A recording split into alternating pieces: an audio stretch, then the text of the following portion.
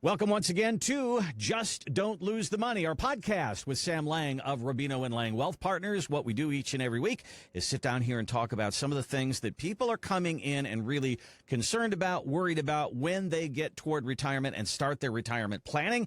And Sam Lang is here. How are you doing today, Sam? Doing fantastic. And just to your point, when people come in and I say, hey, what are you in for? What do you want to talk about? They say and they repeat exactly what you just said. Just don't lose the money, especially today, So yeah, we have a great show. We'd like to talk about really all the things that matter around retirement, and of course, making sure that you keep what you have is one of those important items. And we call the podcast Just Don't Lose the Money. You've got your history of being on the radio for 30 years using that term. And when we talk about that, I mean, we're going through periods of time right now of volatility, and people get a little itchy when they start losing money in the market, and that's when they might come to see you. I mean, listen, we all want to make a great rate of return. We want our portfolios to double as quickly as possible. But, as you get closer to that retirement age or in retirement, and Warren Buffett said it best, right? Mm-hmm. 2 rules. We follow rule number 1, just don't lose the money. Rule number 2, don't forget rule number 1. There you go. And as corny, as goofy as that sounds, I think that's a really good sort of DNA type of thinking to think about and to make sure that you go into retirement. And listen, we all want to make money, but importantly, and sometimes more importantly, is not to lose money. So hopefully we can help some folks out there today. And if you'd like to reach out to us, our website's very simple, justdon'tlosethemoney.com. Well, one of the big mysteries about retirement, and one of the reasons we all get nervous about it, is we're walking away from a paycheck. All our lives, we've been paid by an employer, and it comes in every 2 weeks, and we build our life on that, and you walk away from that, and now it's all up to you. This whole idea of developing a paycheck, developing income, it's a little bit of a mystery to a lot of us. I think it's important to keep that in mind, creating a paycheck when you go into retirement. There's a lot of TV commercials and ads that talk about building the number larger and larger, and how quickly can we get that $1 million or $2 million. And of course, that is super important. But I think one of the most important things is, to your point, hey, if I'm getting a paycheck every 2 weeks for $5,000 and I'm pulling in 10 grand a month, well, during those working years, it's kind of easy to budget, right? You know what's coming in 2 weeks, and hopefully you can spend less than that and save a few bucks. But when that $10,000 a month goes to, $4,000 a month because you lost your paycheck and now you have Social Security maybe you still need another $4,000 or $5,000. So we need to make sure that it's important to sort of visualize, take a portion of your savings to create your own paycheck. Does that make some sense? Absolutely. Now you at Rubino and Liang have something called the PIN, the Portfolio Income Need. And this is a number that you calculate. And when someone comes in, it's kind of like what you just said. If you're getting $5,000 a paycheck, $10,000 a month, is that the number that I need in retirement? Is it more? Is it less? Got to figure that out. Yeah. I think sometimes when we ask people, hey, what's your monthly burn rate? Like, what do you spend? They look at you like you're talking to them in a foreign language, right? So how do we calculate that? I mean, elementary, and from an elementary standpoint, it should be pretty easy, but a lot of times we don't know how to calculate that. So we've created this website. Again, if you go to justdon'tlosethemoney.com, it will walk you through an exercise. It might take you all of 2 minutes to figure out, roughly what it is that you might be short on each month. It'll take you through what you spend. It'll help you remember some of the expenses that you might not account for, and then all of your income sources that might be coming in. Maybe you have rental income, maybe you have a pension, you're lucky enough to have that. But most cases there's a shortfall, and we want to know what that shortfall is before we do any planning for clients. Just that process, Sam, I've gone through it, and you tend to forget some of the things that you pay for, Netflix and Hulu and all that kind of stuff. Sure. And then you think about car insurance. Maybe you pay that once a quarter or once every year, and you forget about that. All the subscriptions, the memberships, all these different things, and the bug man. And right. There's just so much there that you pay for every year that you just blindly write checks for, and you don't even think about. And the things that we take for granted for. You go to your office, maybe the coffee that you drink every single day, 3 times a day is for free. There you go. Well, now you go home, guess what? Who's paying for that coffee? You are. So, it's important to have a good idea of what your burn rate is. And having the ability to figure that out through our portfolio, through our website to figure out what your portfolio income needs is very important. You can check that out at justdon'tlosethemoney.com, where you can find our website there. There's a button that says Start Here, and when you click on that, we'll ask you to put in a little information. Then it says Schedule a Call, and that's an informational call where we kind of get to know you and figure out exactly what you're looking for. Sam, I've came across an article here that really got my attention, and it says, turn your portfolio into a juicy retirement paycheck. Like a Big Mac. Sounds pretty good. I like that. It gave you 4 different things to do. It says, first of all, you got to have a withdrawal strategy, and it's okay to get into your principal. Number 2, put some cash in a money market fund for safety. Convert your 401k to an annuity, or use bonds or additional income and stocks for growth. 4 pretty good ideas. Do you like the list? Do you add to the list? What do you say? I think it's important to think about that as the sort of the ground zero for your list, right? Every person's different. Some people might have enough income. They might have a pension. They might have Social Security. I have some clients that don't have any kids, and they just need money for themselves, and they can't spend it in their lifetime. So, those are the lucky ones that don't really have to worry about an income strategy. I'd say 90% of us, including myself, probably you as well, well, when we stop working, guess what? We need to make sure that the savings that we have is going to support us for the next 20, 25, 30 years. So the point that you just have a withdrawal strategy, a game plan, is really important. And, there's some rules of thumb that Wall Street has created, like the 4% withdrawal rule, which for the most part has worked in the last, 3 or 4 decades. But as we're entering into some, I'll put it this way, weird times, I think it's important to recognize that 4% withdrawal strategy may or may not work. So just as an example, if you got $1 million and you pull out $40,000, that's 4%. You say, you know what, my portfolio's been growing at 6 or 7 or 8, no problem. I'll be able to take out my 40 grand, plus my portfolio will still continue to grow. Well, if you're doing that today, and we have a pullback of, let's say, 20, 30%, which nobody wants to talk about, but that's the elephant in the room. It could happen. So now your $1 million it's not even going this way, it's going the other way, right? So now you got $1 million, you pull out 40 grand, now you got 960, it loses 20 or 30%. Next thing you know, you have 700 at the end of the year. Well, pulling out 40,000 is not 4% anymore. Right. It's more almost like 6%. So we need to make certain that you don't just, fly it by the seat of your pants, and hopefully that your portfolio will still continue to grow. That way you can take out the 4%. You have to have a withdrawal, an income plan, an income strategy. And depending on your particular situation, it could be a variety of things. So I think that as I listen to that scenario is, I think what the 4% rule is kind of built on is if the market's going down, you take a little less money. And that's no good because you can't pay the bills. My expenses. I got to pay my bills. So I kind of like the idea of taking what I have and building it into an income stream that's outside that up and down of the market. I have a very good friend of mine who's a client. We met each other 25 years ago coaching Little League Baseball. And he's been a client of mine for, a dozen or so years. And he always reminds me every single time we have a review, hey, I don't want to touch principal. And I have to remind him, that's okay, but where did that come from? Oh, that's what my dad taught me. Well, in today's world, it's a little bit different. It's not your grandfather's retirement anymore. And, unless you have 5 kids, they're all hurting, you really want to make sure you help them and leave them a ton of money when you pass, touching some of your principal is not a bad thing, right? It's not a dirty word. Really, I think for most people, at least this is the way my wife and I feel like we've done a good job helping our children and raising them, paying for their college. They have no debt. And, just time for them to sort of fend for themselves. It's not to say in retirement, we're going to spend recklessly, but we want to do things, do all the things that we've dreamed of and that we envisioned of what retirement is going to look like. And let's protect whatever's left over for our children. But if we start with this much and we pass with this much and they get that as an inheritance, it's not a terrible thing.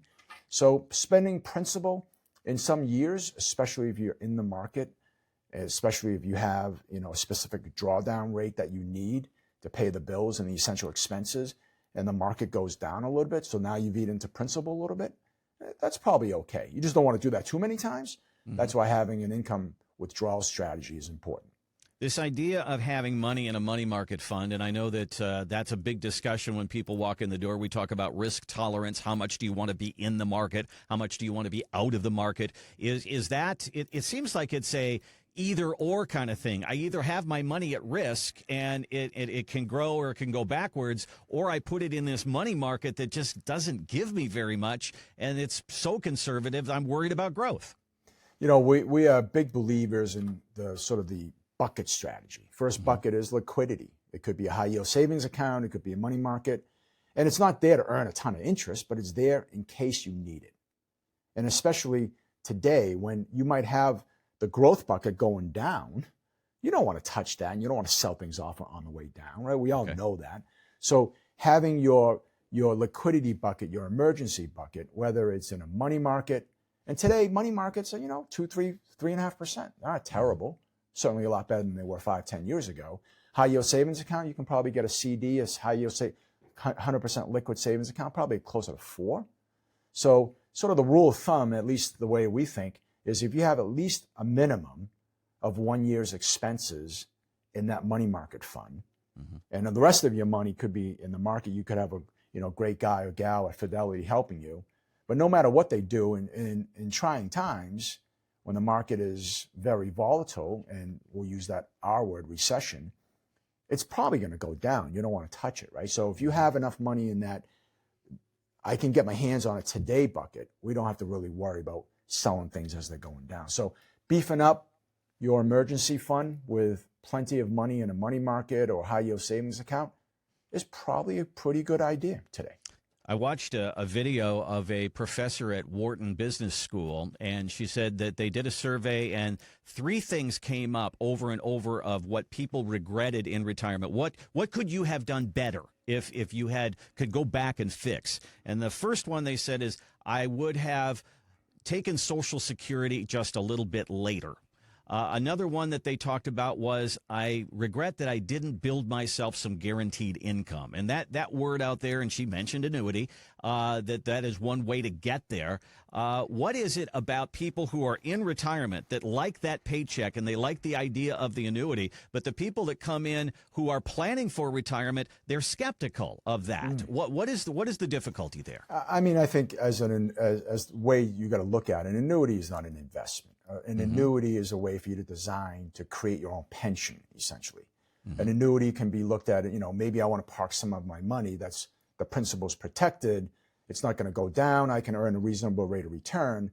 But when somebody says, hey, you know what? I want to invest in an annuity. That's kind of like, it's like mixing oil and water. It doesn't go together. Right. So sometimes the negative connotation, the negative feelings around annuities is, oh, it's not a great investment.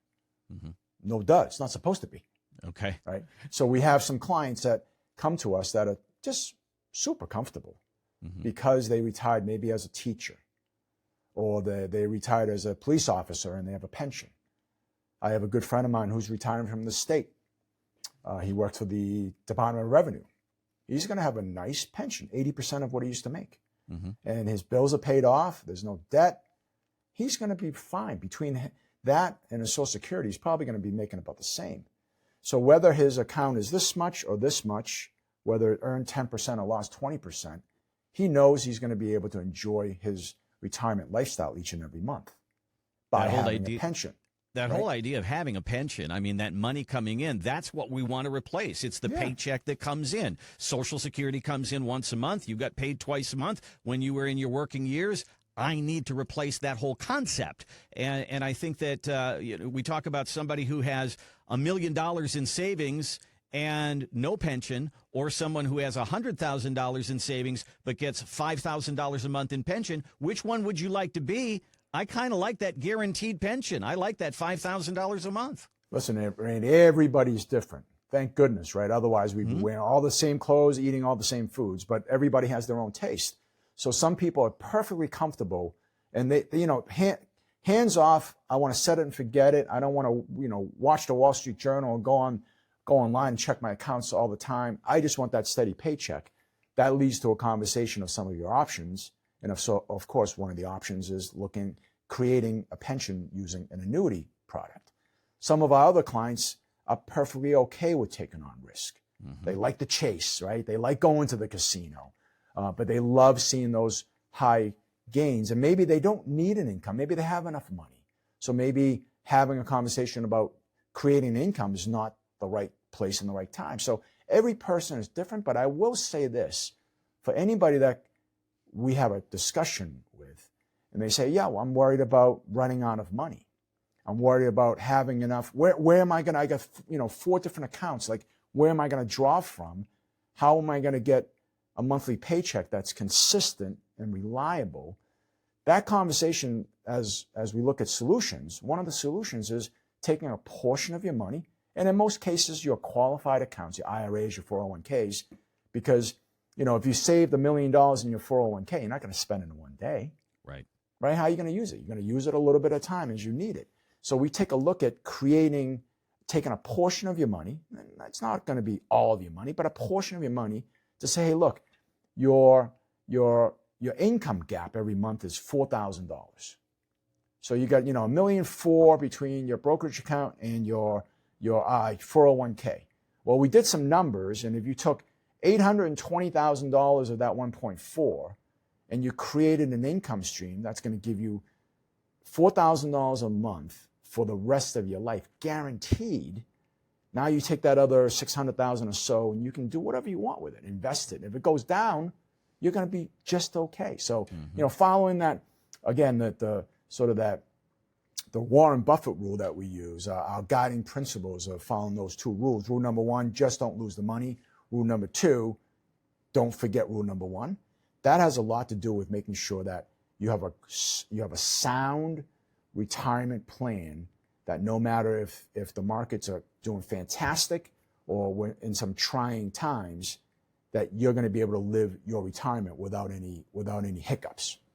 Well, it all kind of starts with going to our website, which is justdon'tlosethemoney.com, and figuring out your PIN, your portfolio income needs. Sam, just walk us through that as we kind of bring this to a close today. Yeah, so if you go onto that website, one of the first things it's going to ask you is what your expenses are. And if I say to you, what are your expenses, Randy? You might say, well, I think it's like $5,000.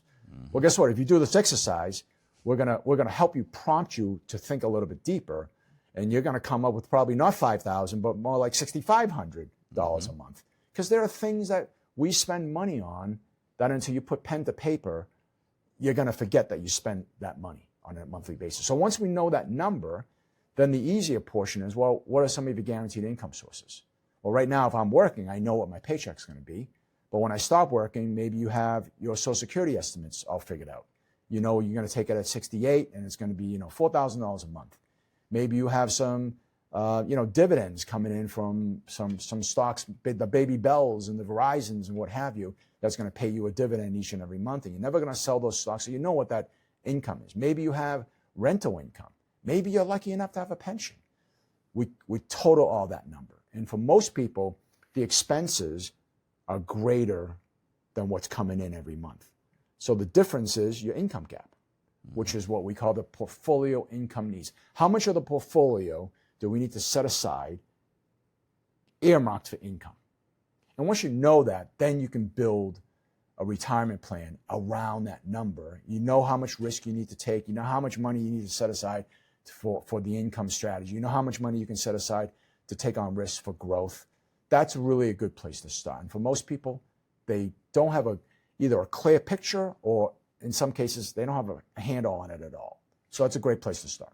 It's what I call doing the math on your retirement. If you knew what Sam just described about your retirement, wouldn't you feel a little better, a little more confident about going into retirement, knowing that those gaps are filled? You can go to our website, which is justdon'tlosethemoney.com. Look for the PIN, your portfolio income need. You can start that exercise right there. In the upper right-hand corner, it says Start Here. If you click on that, you'll see something that says Fill in some information, and then you can schedule your call right there, the informational call, the discovery call. And Sam, just kind of go through that. When someone calls, what happens during that call? Yeah, a lot of times people say, hey, where do I start, right? We're not going to have a phone call with you and tell you this is exactly what you should do, Randy. But that's a discovery call. It's just a 10-minute, 15-minute phone call for us to figure out, hey, this is what I'm looking to do. Sam, is your company the right fit? Right? So we want to make sure that our expertise matches up with that particular person's needs. And that discovery call is a way for us to get to know each other a little bit, for us to sort of kick each other's tires. And if it leads to, yeah, you know what? I think there's something there. I like your style, what I need, I think you can help me with. We'll schedule a complimentary consultation. That might last an hour. That's on our nickel. We can do that in person. Our office is in Massachusetts, Greater Boston, Mass, or Zoom meetings these days. We all know how to do virtual meetings, so it's great. But it's really an opportunity for us to take a much deeper dive.